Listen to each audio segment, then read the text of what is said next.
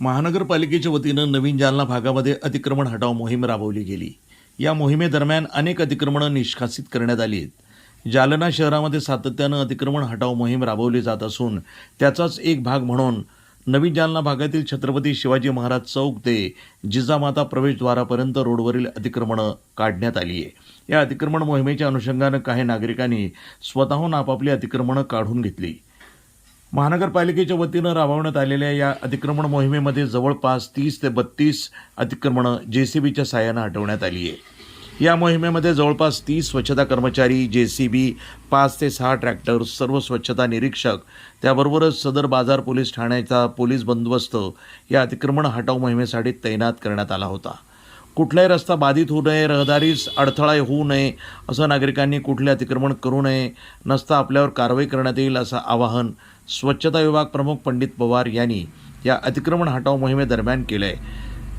राबवण्यात आलेल्या या अतिक्रमण हटाव मोहिमेप्रसंगी स्वच्छता विभाग प्रमुख पंडित पवार, अशोक लोंढे, शोएब खान, श्रावण सराटे, अरुण वानखेडे, सतीश पांजगे, राधेश्याम लोखंडे, विकास गावंडे आदींची प्रामुख्यानं यावेळी उपस्थिती होती। मोहीम राबवली गेलेली, कुठल्या ठिकाणी अतिक्रमण काढल्या गेलं आहे, किती अतिक्रमण काढले गेले आज रोजी? जालना शहरामध्ये सातत्याने अतिक्रमण हटाव मोहीम चालू आहे आणि आज रोजी छत्रपती शिवाजी महाराज चौक ते जिजामाता प्रवेशद्वारपर्यंतचे अतिक्रमण टपऱ्या आहेत, कोणाचे टीन शेड आहेत, असे ऐकून 30 ते 32 अतिक्रमण हटवण्यात आलेले आहेत आणि याच्यानंतर आता सातत्याने ही मोहीम चालू राहणार आहे आणि नागरिक हे स्वतःहून अतिक्रमण काढून घेत आहेत। काही काढत आहेत, काही काढणं सुरू आहे आणि स्वतःहून अतिक्रमण काढत आहेत आणि नंतर लगेच कंटिन्यू ही मोहीम सुरू राहणार आहे।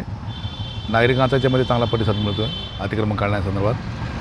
यामध्ये किती कर्मचाऱ्यांनी सहभाग घेतला आहे? आमचे कर्मचारी 30 ते 30 कर्मचारी आहेत, सर्व स्वच्छता निरीक्षक आहेत, जेसीबी आहे, ट्रॅक्टर आहेत, 5-6 ट्रॅक्टर आहेत। यानिमित्त काय आवाहन करणार आहेत नागरिकांना हेच आवाहन करू की रस्त्यावरती रस्ता बाधित होईल किंवा नागरिकांना रहदारीच अडथळा होईल असं कुठलंही अतिक्रमण करू नये आणि नगर महापालिकेला सहकार्य करावं की ज्याच्यामुळं आम्हाला ती परत काढण्याची वेळ येऊ नये। NTV news Marathi, Jalna.